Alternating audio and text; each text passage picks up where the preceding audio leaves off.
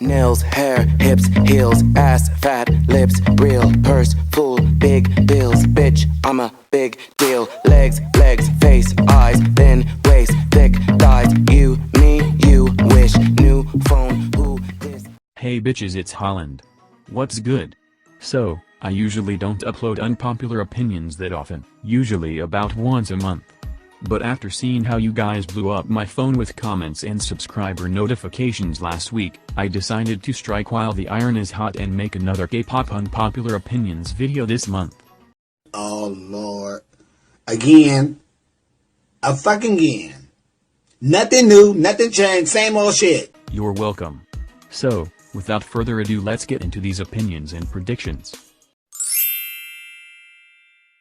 Okay, this might sound contradictory because I said in my first unpopular opinions video that I feel like groups that produce their own music are more talented because producing, composing, and writing music that is significant to your creative style is a talent that not anyone can do. However, I also at the same time believe that it doesn't matter if you do compose, write, or produce your own music if the music isn't good.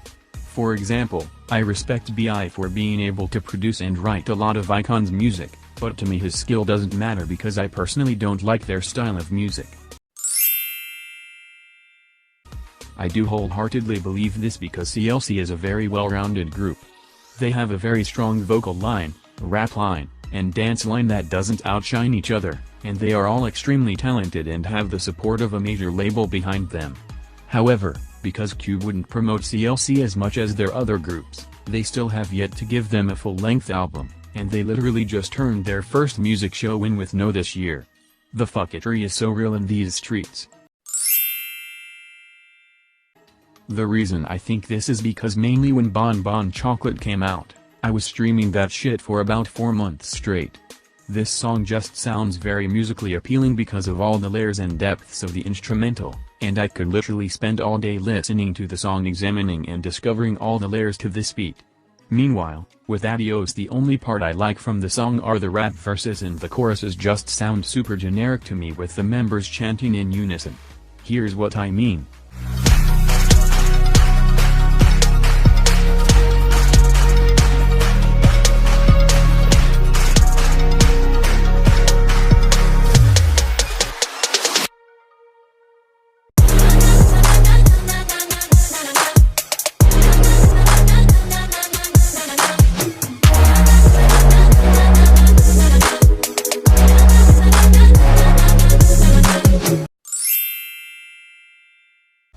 Speaking of song comparisons, I also prefer Gotta Go to Snapping because, to me, the melodies and build-up of the chorus is way more ominous and climactic than Snapping. This feels super ironic since I am using the Snapping instrumental, but whatever. When I first saw the teasers to Snapping, I thought we were going to be getting a Gotta Go Part 2, but the vocals in the chorus threw off the mysterious vibe that the teasers were giving me. Next case. Here come the paragraphs in the comments lol. So, with me, I personally don't really care that the length of contracts for the produce groups are short-lived because, what people don't understand is that the underlying purpose of this show is not to create an everlasting group that thrives together with a 7-year-plus contract, it's to help create and build a fan base for all of these trainees so that when the group disbands and the members debut in groups or as soloists in their respective companies, they already have popularity from the jump. For example, even though Suhyun and Yiren didn't make it into the final Produce lineups, they still are now very successful as a part of Everglow, one of the top girl group rookies out now, because of all the clout they collected from the Produce fan base. For me, I just don't like a lot of groups from the second generation because their music simply isn't my taste. For example, Girls' Generation's title tracks are very all over the place and doesn't follow a consistent melody. I'm not a fan of Wonder Girls' retro style of music, and 21's and Big Bang's music is too aggressive for my taste. However, I really like SHINee's current R&B style of music.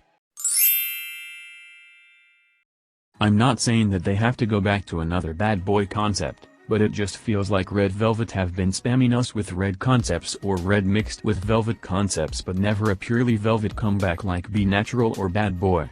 Power Up, a Red concept, RBB, a Red mixed with Velvet concept, Sappy, a red concept, Zimzalabim, a red mixed with velvet concept, and Umpa Umpa, a red concept. But hopefully the Revi Festival Part 3 will give me what I need.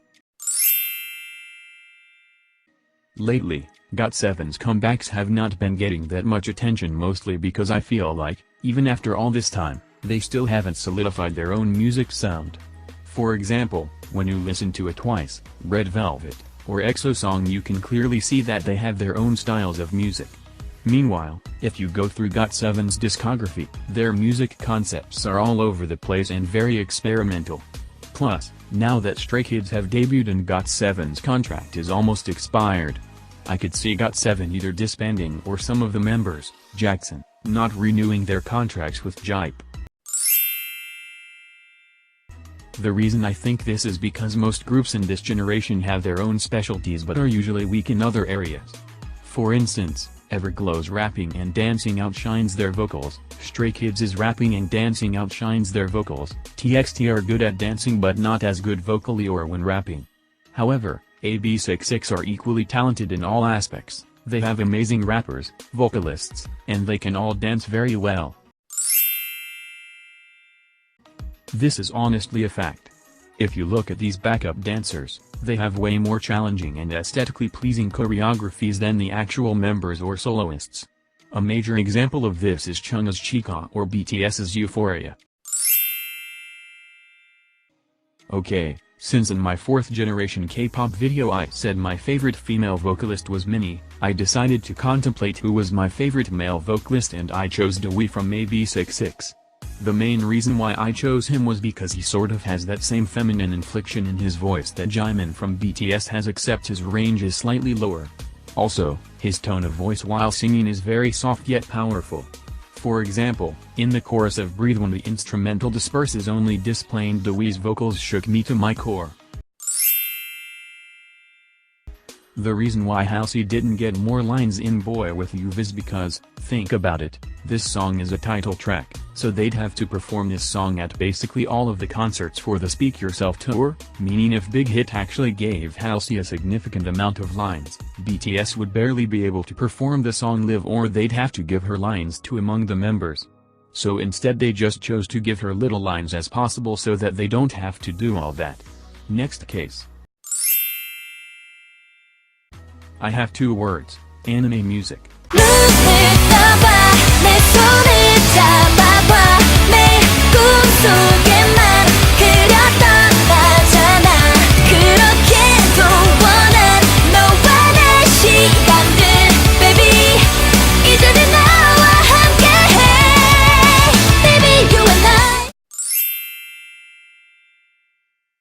I feel like a lot of boy groups are very over-masculinized with their concepts and constantly only using the lower registers of their voice to the point where it's cringy and makes me feel uncomfortable.